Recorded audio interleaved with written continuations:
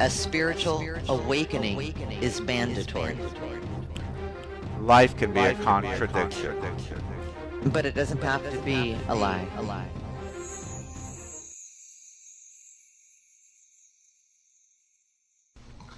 Hello, everybody, and welcome to this week's Contradiction with myself, Bernard Alvarez, and Roxy Lopez. As you know, we've been doing this series now for several weeks, and we're doing it because we feel there are certain issues within, whether it be your spiritual nature and or the activist nature or the world and geopolitical spectrum as a whole, that creates so much contradiction in our lives.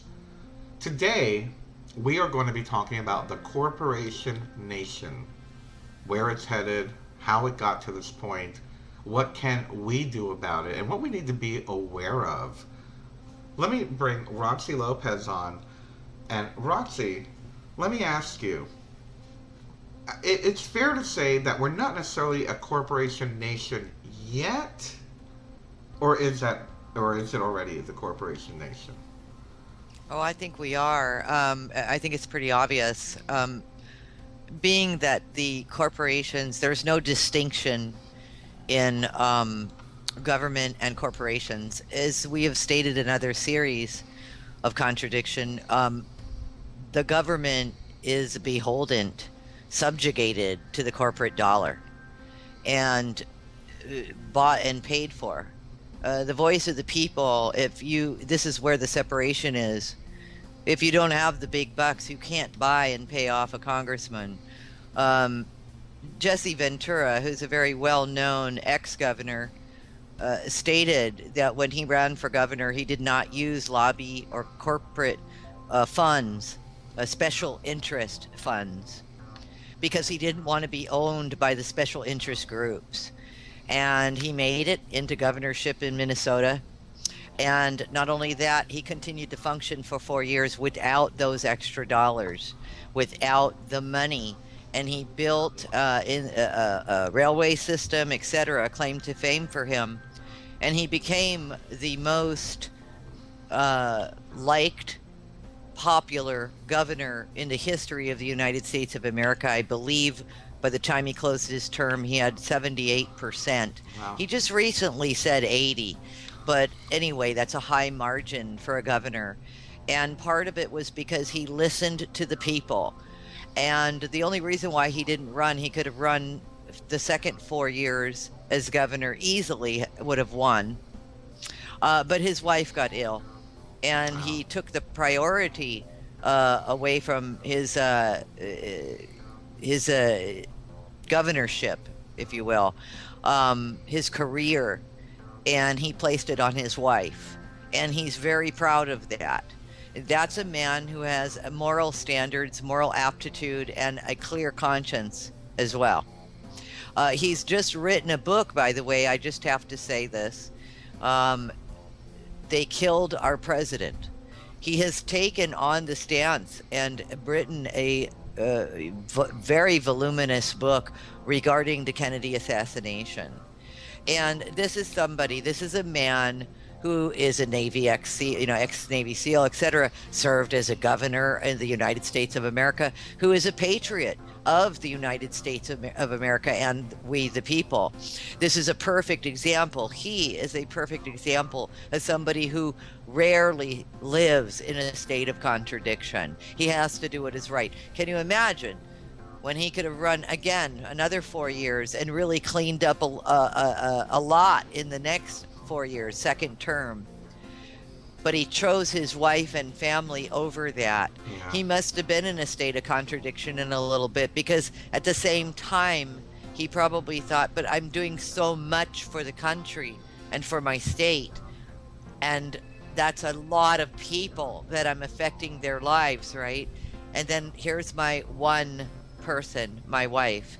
But he clearly, beyond a shadow of a doubt, made it very clear to the American public that his wife was number one. And without his wife, he couldn't live with that decision to have her die without him being there. Right. 100%. So I give him a lot of credit. Okay.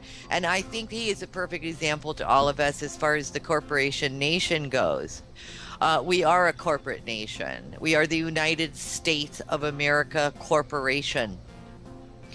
And what will we do with that? What do we do about that? Well, we come to recognize it. We educate ourselves again and the people around us, and don't live in denial about it. You don't need to. There's too much information available to us now. The corporation, the United States corporation, owns all of the mainstream media. It dictates what propaganda will be on CNN, CNBC, ABC, Fox, ABC. It dictates it. That's why you don't see, for instance, our series Contradiction. You'll never see this on mainstream news or mainstream anything, because it's the truth, and it's empowering people. The truth always empowers. So as far as the corporation nation goes, I think we're not just a corporation nation. I think that we're a corporation globe. The whole world is a corporation. Is it good? Is it bad? That just depends on what side of the fence you're on and what window you're looking out that day. If you work for a big corporation and you make a good salary, you're going to think it's something good. It translates to that. But you've got to keep in mind that even people who work for these big corporate entities are also starting to lose faith in the corporation as well, because it is too controlling. And even those who make a good salary at a corporation are now beginning to question the entity, the octopus, if you will, that they are now employed with. And what do you do about that? What do you think, Bernard? Roxy, you made a very good point. The reality of it is that many of us are forced to comply. And, many activists, and especially those of us who are visionaries and try to promote the creation of the new paradigm or whatnot, the number one thing that most of us will say, and I've been saying it for 20 years, and I say that with a bit of frustration. I've been saying it for 20 years, it's non-compliance. Don't give in to what the commercials are saying. Don't give in to the fact that we are becoming this corporation nation, and stop giving them your money. There is one way to shut down this dragon, for lack of a better term, and that's to stop funding it. If we can stop giving our money to corporations like Monsanto, Cargill, Dow, Walmart, and all of these others that have these billion-dollar pockets that are paying for the senators to vote in their favor, they will be bled dry. Now, don't get me wrong. I mean, we have the Federal Reserve. The Federal Reserve will print up money and give it to them maybe as a gift, like Obama did and Bush did. But we must be very aware that as we are giving them our funds, as we are giving them our money, they are growing, they're getting stronger, and it shows them and it gives them the false sense of acceptance and promotion. When we see people wearing labels like Chanel or Nike or anything like that, people do it because they want to feel better about themselves, but B, it is promoting. You're a walking advertisement, just as, there's that joke about turning congressmen to wear race car driver uniforms with all the logos of the companies that they represent. That's where we are right now. A lot of people don't understand that there is many different legislations that come in. And I remember in Occupy, we were very involved in overturning Citizens United. I think we're beyond that now, sadly. Or for those of you that don't know, Citizens United was about giving funding, corporate funding to candidates, unlimited and privately. Unfortunately, in the early 20s, we created corporate personhood, which allowed a corporation to be a person in the United States. They had the rights of a human being. It's funny, and I'm just on a side note, it's funny how just recently Bolivia finally gave Earth personhood. The rights of Mother Earth was passed, and now Earth has the same rights as a human being. They're going in the right direction. The corporation nation does not like this. The corporation nation wants the right to strip mine, clear cut, suck up every water resource, every petroleum resource, every vegetation, life, animal resource, and make a profit off of it. Remember, the corporations are intended to create profit, and they must bring profit to the table to their investors every quarter with their quarterly meetings and whatnot. So to think, and now this is where the contradiction comes in, to think that a corporation with these lovely ads about saving the earth and creating better energy and being there for the people, oh, Walmart supports the orphanage or whatever. No. Let's get real about this. Corporations do nothing that is not going to increase their profit margin. There is no such thing as a mega corporation with good intentions. They have one intention, and that is profit, and that is to bring profits to their investors. I remember before the BP oil spill, my partner at the time was like, oh, I love BP because they're beyond petroleum. They're creating green energy. La la la la la, BP, alternative energy. And then they had the oil spill.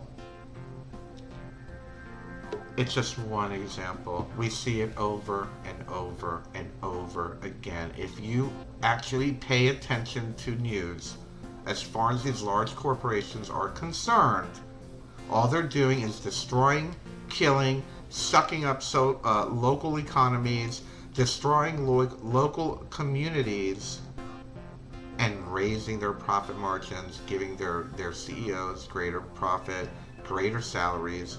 And let me tell you, that not only includes the corporations like BP and Exxon, that also includes the non-profit, quote-unquote, corporations, Red Cross, Susan Komen, the United Way, Salvation Army. These are all corporations.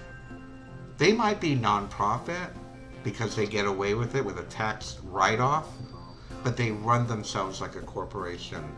They give their CEOs $500,000, $1 million, $2 million salaries, and nobody gets to help.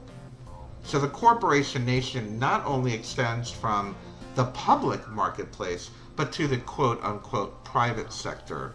This is what we need to be aware of. This is what we need to start recognizing the characteristics of organizations, companies, and everything. I mean, just everything. I just don't know what to say. I've only got another minute to talk here, so I'm kind of reeling it in. But the reality of it is that there are certain characteristics. I am going to flaunt my own. I'm going to toot my own horn for 1 second that the GIC is not for profit. We're a grassroots organization. I have no intention of ever having a $500,000 salary, and if I did, I would donate $400,000 of it to somebody else or another organization. But you have to learn the characteristics of organizations. I'm hoping you've learned the characteristics of myself, of Roxy Lopez, of Revolution Radio, which we're a part of. I hope you've seen the characteristics of what real grassroots is. And that's where we're going to take down the corporation nation, is through grassroots. And that's why I'm giving you this example. It is the grassroots. When people stop funding the mega, go back to the small businesses, go back to local businesses, and start supporting grassroots efforts, we will start seeing a decline in the power of the corporation nation. And I'm going to turn it over to Roxy and see what she says about figuring this all out, because we have a contradiction.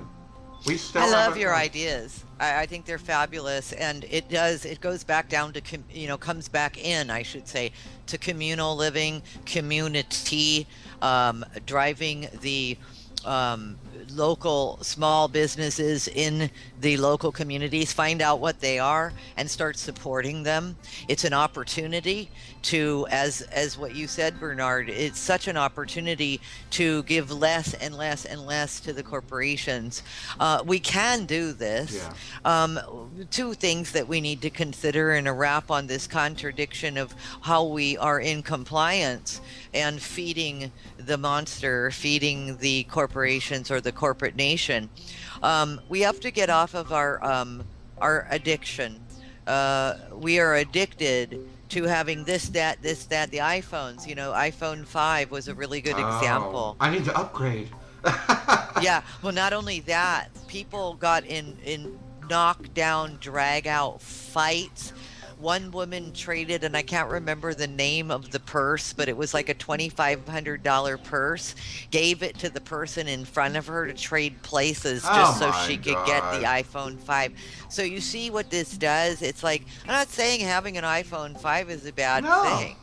I'm saying, do you see what we do? Like what we've become, It's the and the method. addicts we've become. So if we have an opportunity, with addiction comes pain, and with addiction comes what? Withdrawal. Thank you. And that's all we're doing is we're going through We gotta go through withdrawals withdrawal. as a nation. Okay, that's all we're doing. We're going, God, I wanted to go back to where it was 10 years ago when everything was money, money, money, and everything I put my hands on was money, etc. Well, we're not going back. We're going forward now.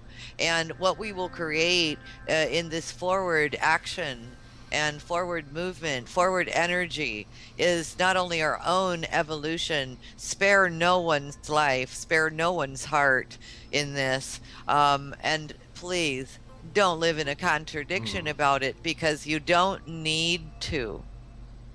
Remember, Life is a contradiction. but it doesn't have to be a lie. We'll see you next week for our last episode of Contradiction. We love you. Bye bye.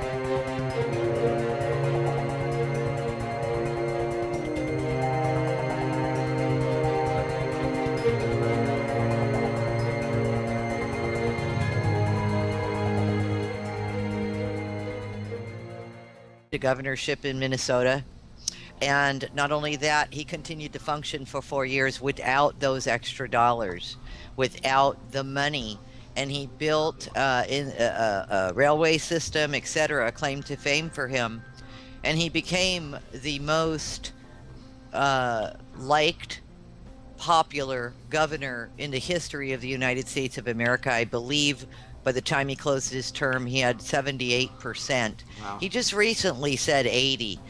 A spiritual awakening is mandatory, Life can be a contradiction. but it doesn't have to be a lie.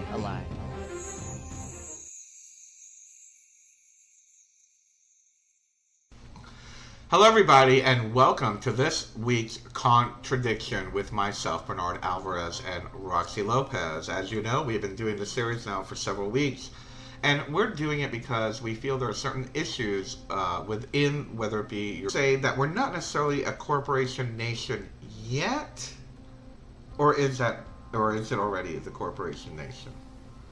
Oh, I think we are. I think it's pretty obvious. Being that the corporations, there's no distinction in government and corporations. As we have stated in other series of Contradiction, the government is beholden, subjugated to the corporate dollar.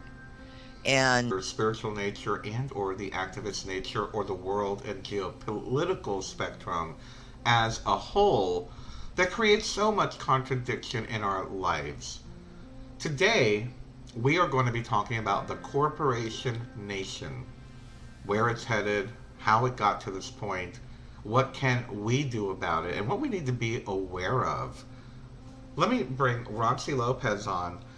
And Roxy, let me ask you, it's fair to... bought and paid for. the voice of the people. This is where the separation is. If you don't have the big bucks, you can't buy and pay off a congressman.